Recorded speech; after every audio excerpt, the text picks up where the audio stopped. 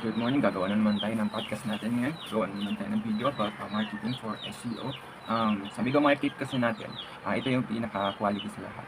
Kaya sa unang setup talaga ng business, we'll fix your services, we'll fix your plan for your commercial setup, for video short, or any kind of activity for a short video. Nandyan yung ibalik yung history kung ano pang marirecycle sa video doon sa mismong business mo at pwedeng mag-develop ng mas magandang video.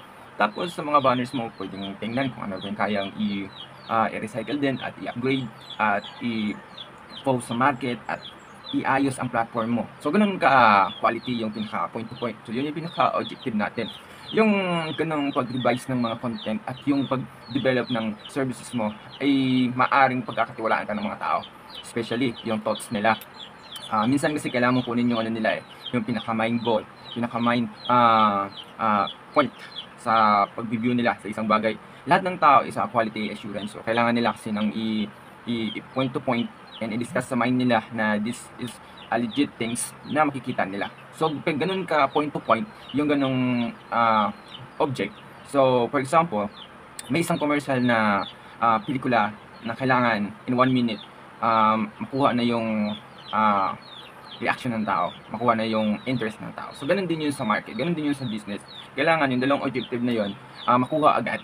Yun yung pinaka-main resource. At, syempre, nandiyan yung maganda yung maganda yung pag-upgrade ng content, description, titles, mga tags. Kailangan i-customize at i-upgrade. So, sa ganitong aspeto ng business, kailangan huwag tayong magiging failure at huwag tayong magiging negative. Kasi nga, the more you negative, the more you think na mahihiya ka, na i-judge ka ng mga tao, is a kind of normal of this kind of society.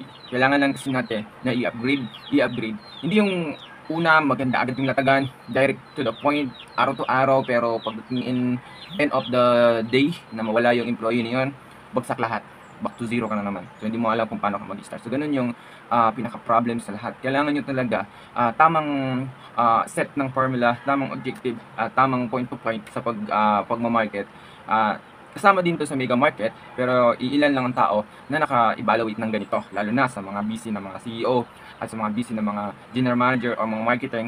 Hindi nila agad-agad na kasi ang kasi dito is pinaka point to point nila everyday is yung goal nila nakikita ng 100,000, 500,000. So, hindi kayo kikita ng ganon at hindi kayo magiging successful kung wala kayong point to point sa ganitong business.